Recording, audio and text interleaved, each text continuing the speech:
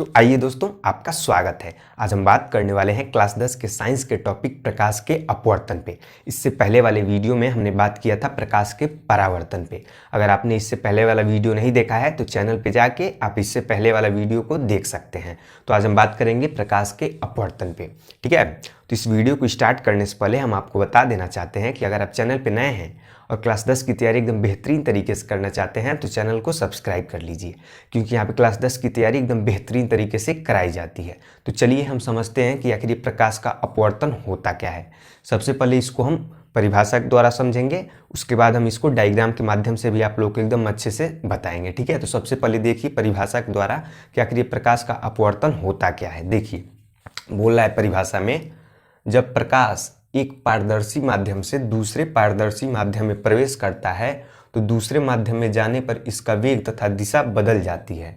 इस घटना को क्या कहते हैं? अपवर्तन कहते हैं, ठीक है। इस घटना को क्या कहते हैं? अपवर्तन कहते हैं। इसको आप लोग ऐसे समझिए, देखिए निर्वात में प्रकाश की चाल कितनी होती है? निर्वात में प्रकाश की चाल 3 × 10⁸ मीटर पर सेकेंड होती है, ठीक है। तो हर अलग अलग माध्यम के लिए प्रकाश की चाल अलग अलग होती है, ठीक है। निर्वात में प्रकाश की चाल अलग होती है, जल में प्रकाश की चाल अलग होती है, कांच में प्रकाश की चाल अलग होती है। हर माध्यम के लिए प्रकाश की चाल अलग अलग होती है, ठीक है। तो मान के चलिए कि कोई प्रकाश की किरण आ रही है, ठीक है। जब वह निर्वात से कांच में प्रवेश करेगी या फिर जल में प्रवेश करेगी, कोई भी दो माध्यम ले लीजिए, ठीक है। कोई भी दो माध्यम ले लीजिए, मान लीजिए एक निर्वात है और एक जल है, ठीक। तो जब प्रकाश की किरण निर्वात से जल में प्रवेश करेगी तो निर्वात में उसका वेग कुछ और रहेगा, और जब वह जल में प्रवेश करेगी तो उसका वेग बदल जाएगा, ठीक है। क्योंकि हर माध्यम के लिए उसका वेग, प्रकाश का वेग अलग अलग होता है, ठीक। तो निर्वात में उसका वेग अलग था और जब वह जल में प्रवेश करता है प्रकाश तो उसका वेग अलग हो जाता है। तो वेग अलग होने के चलते उसकी दिशा भी बदल जाती है, ठीक। तो जब उसकी दिशा बदल जाएगी तो अपने पथ से विचलित हो जाएगा, यानी निर्वात में जिस पथ से वह आ रहा था प्रकाश, उस पथ से क्या हो जाएगा? वह विचलित हो जाएगा। तो ये विचलित होने की प्रक्रिया को ही हम क्या कहते हैं? अपवर्तन कहते हैं, ठीक है। एकदम अच्छे से आप लोग को समझाए हैं, ठीक है। अब डायग्राम के माध्यम से भी देख लीजिए आप लोग कि आखिर ये प्रकाश का अपवर्तन होता क्या है। एकदम अच्छे से ध्यान से देख लीजिए, ठीक। अगर आप लोगों को नहीं समझ आया है तो एक बार और दोबारा सुन लीजिए। देखिए जब प्रकाश किरण एक माध्यम से दूसरे माध्यम में प्रवेश करती है तो उसके वेग में परिवर्तन के कारण उसकी दिशा बदल जाती है, ठीक है। जब उसके वेग में परिवर्तन होगा तो उसकी दिशा भी बदल जाएगी। तो इसी प्रक्रिया को हम क्या कहते हैं? प्रकाश का अपवर्तन कहते हैं, ठीक है। तो देखिए यहाँ पे देखिए, इसको हम डायग्राम के माध्यम से आप लोग को समझा दे रहे हैं। ये देखिए, ये है हमारा परावर्तक पृष्ठ, ठीक है। इसे नाम दे दे रहे हैं परावर्तक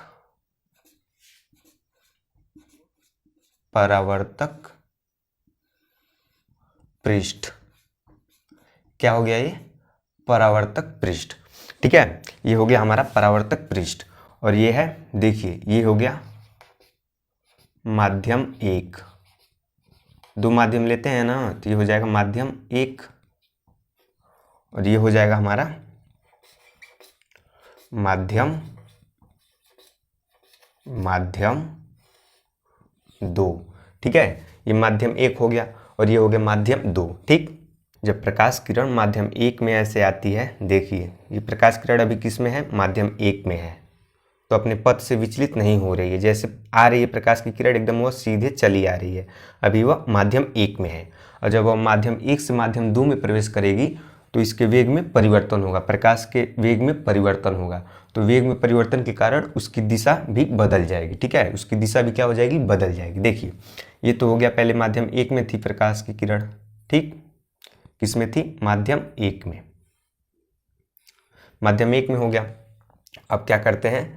ये जो परावर्तक पृष्ठ है इस पे हम क्या डालते हैं? एक अभिलंब डालते हैं। देखिए परावर्तक पृष्ठ पे क्या हो जाएगा? ये एक अभिलंब हो जाएगा। क्या हो जाएगा? अभिलंब हो जाएगा। परावर्तक पृष्ठ पे क्या हो गया? ये अभिलंब हो गया। तो ये प्रकाश की किरण अभी माध्यम 1 में थी और जब वो माध्यम 2 में प्रवेश करेगी तो क्या होगा? ये माध्यम 2 में प्रवेश करेगी तो अपने मार्ग से विचलित हो जाएगी, क्योंकि उसके वेग में परिवर्तन हो जाएगा। अगर हम मान लीजिए कि ये भी माध्यम 1 होता, मान लीजिए ये भी माध्यम 1 है और ये माध्यम 2 ना होकर ये भी माध्यम 1 होता, तो ये प्रकाश की किरण जैसे आ रही है सीधे वैसे ही चली जाती, जैसे आ रही है वैसे ये सीधे चली जाती, अगर ये भी माध्यम 1 रहता तो, ठीक। माध्यम 1 रहता तो प्रकाश की किरण ऐसे सीधी चली जाती जैसे आ रही है, लेकिन ये माध्यम 2 है, तो इसमें क्या होगा, प्रकाश की किरण अपने मार्ग से विचलित हो जाएगी, अपने मार्ग से विचलित हो जाएगी। ठीक,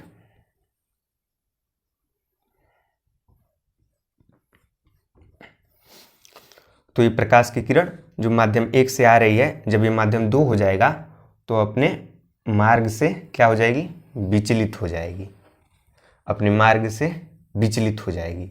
अपने मार्ग से क्या हो गई, वो विचलित हो गई। देखिए अब यहाँ तक समझ गए आप लोग, कोई प्रकाश किरण आ रही है माध्यम 1 से, जब वो माध्यम 2 में प्रवेश कर रही है तो अपने मार्ग से विचलित हो जा रही है। यहाँ पे साफ साफ देखा जा सकता है कि यहाँ पे क्या हो रहा है, अपवर्तन हो रहा है। ठीक, तो जो एक प्रकाश किरण आ रही है इसे हम बोलते हैं आपतित किरण। क्या बोलते हैं इसे, इसे बोलते हैं आपतित किरण। ठीक, और ये जो माध्यम 2 में जो किरण है जो अपने पथ से विचलित हो गई है उससे हम बोलते हैं अपवर्तित किरण। क्या बोलते हैं उसे, ये हो जाएगा हमारा ये वाला किरण अपवर्तित किरण। इसे ये हो जाएगा अपवर्तित किरण। ठीक, क्या हो गया, ये अपवर्तित किरण, ये आपतित किरण और ये अपवर्तित किरण। यहाँ तक समझ गए। अब देखिए, अब जो ये अभिलंब है, ये अभिलंब आपतित किरण के साथ कितने डिग्री का कोण बनाएगा, ये आई डिग्री का कोण बनाएगा। ठीक, कौन सा कोण बनाएगा, ये कोण आई। तो ये कौन सा कोण हो जाएगा, कोण आई हो जाएगा आपतन कोण। तो ये आई क्या हो जाएगा, आई हो जाएगा आपतन कोण। और जो ये अभिलंब है वो अपवर्तित किरण के साथ कौन सा कोण बनाएगा, कोण आर। कौन सा कोण बनाएगा, कोण आर। तो ये हो जाएगा अपवर्तन कोण। ठीक, ये है आपतन कोण और ये है अपवर्तन कोण। कोण आई क्या है हमारा, कोण आई है, कोण आई क्या है हमारा, आपतन कोण, आपतन कोण। ठीक, कोण आई हो गया आपतन कोण, और कोण आर हो जाएगा अपवर्तन कोण, अपवर्तन कोण। समझ गए ना आप लोग। देखिए यहाँ पे साफ साफ अपवर्तन दिख रहा है। कैसे दिख रहा है कि ये प्रकाश की किरण आ रही है माध्यम 1 में, तो माध्यम 1 में है तो अपने पथ पर सीधी चल रही है, और जब वो माध्यम 1 से दूसरे माध्यम में प्रवेश कर रही है तो अपने पथ से विचलित हो जा रही है। और क्यों विचलित हो जा रही है, क्योंकि उसके वेग में परिवर्तन हो रहा है। ठीक है, तो ये हो गया अपवर्तन, ऐसे होता है। यहाँ तक समझ गए। अब देखिए अपवर्तन के कुछ नियम हैं, उस नियम को भी आप लोग एकदम ध्यान से अच्छे से समझ लीजिए। देखिए अब हम बात करते हैं किसकी, अपवर्तन के नियम की। अपवर्तन के नियम, अपवर्तन के नियम। अपवर्तन के नियम में 2 नियम होते हैं। इसमें पहला नियम कौन सा होता है, पहला नियम होता है कि आपतन कोण की ज्या, आपतन कोण की ज्या और अपवर्तन कोण की ज्या का अनुपात सदैव एक नियतांक होता है। ज्या यानी क्या, ज्या यानी साइन। ठीक है, आपतन कोण के साइन तथा अपवर्तन कोण के साइन का अनुपात सदैव एक नियतांक होता है। देखिए कैसे, यहाँ पे हो जाएगा, पहला नियम क्या हो जाता है हमारा, साइन आई अब बट्टे में साइन आर, ये हमेशा क्या होता है, एक नियतांक होता है। क्या होता है, ये नियतांक होता है। ठीक है, समझ रहे हैं ना आप लोग। जिस कोण से मान लीजिए आ रहा है कोण आई, उसका यदि हम साइन लेंगे, और मान लीजिए कोण आर से वो दूसरे माध्यम में प्रवेश कर रहा है, यदि हम उसका साइन लेंगे और दोनों का जब अनुपात करेंगे तो क्या होगा, एक हमें एक कांस्टेंट मान प्राप्त होगा। इसे ही हम क्या बोलते हैं, इसे बोलते हैं हम स्नेल का नियम। क्या बोलते हैं इसे, इसे बोलते हैं स्नेल का नियम। क्या बोलते हैं इसे, स्नेल का नियम। ठीक, स्नेल का नियम। आप लोग इसे कैसे लिखेंगे कि आपतन कोण की ज्या यानी साइन, आपतन कोण की ज्या और अपवर्तन कोण की ज्या का अनुपात सदैव एक नियतांक होता है। ठीक है, उसके बाद क्या लिख देंगे, साइन आई बटे में साइन आर बराबर नियतांक। ये किसका नियम होता है, स्नेल का नियम होता है। ठीक, तो आप देखिए, अब बात करते हैं हम इसमें के दूसरे नियम की, अपवर्तन के दूसरे नियम। तो अपवर्तन का दूसरा नियम क्या कहता है कि आपतित किरण, अपवर्तित किरण तथा अभिलंब, जो ये अभिलंब डाले हैं ये क्या होता है, ये तीनों एक ही तल में होते हैं। ठीक है, तो हो जाएगा आपतित किरण, आपतित किरण, अपवर्तित किरण, अपवर्तित किरण, अपवर्तित किरण तथा अभिलंब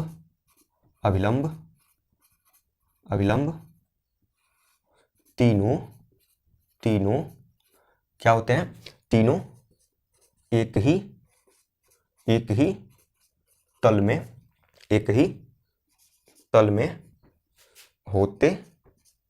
होते हैं।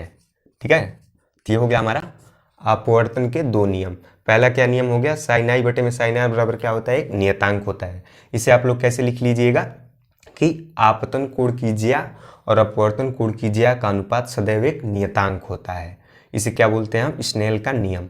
और दूसरा क्या हो गया नियम, आपतित किरण, अपवर्तित किरण, यानी आपतित किरण, अपवर्तित किरण और ये अभिलंब तीनों एक ही तल में होते हैं। ठीक, हम उम्मीद करते हैं कि आपको ये अपवर्तन क्या होता है और अपवर्तन के नियम ये एकदम अच्छे से समझ में आ गया होगा। हमने एक एक पॉइंट को एकदम अच्छे से लिख के बताया है। अगर आपके पेपर में आता है कि प्रकाश के अपवर्तन को समझाइए, तो आप लोग सेम इतना लिख देंगे तो आप लोग को अच्छा खासा नंबर मिल जाएगा। ठीक है, अच्छा खासा क्या, पूरा का पूरा नंबर मिलेगा।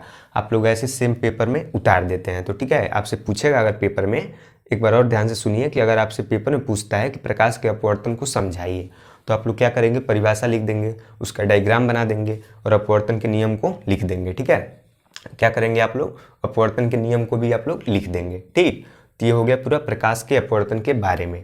हम साइड में हट जा रहे हैं, आप लोग इसका स्क्रीनशॉट एकदम अच्छे से ले लीजिए। तो चलिए, हम उम्मीद करते हैं कि प्रकाश का अपवर्तन क्या होता है ये आप लोग को एकदम अच्छे समझ में आ गया होगा। अगर इतना अच्छे समझ में आ गया है तो वीडियो को लाइक कर दीजिए और चैनल पे नए हैं तो चैनल को सब्सक्राइब कर लीजिए। और क्लास 10 की एकदम बेहतरीन तैयारी के लिए हमारे चैनल के साथ जुड़े रहिए। अब मिलते हैं नेक्स्ट वीडियो में।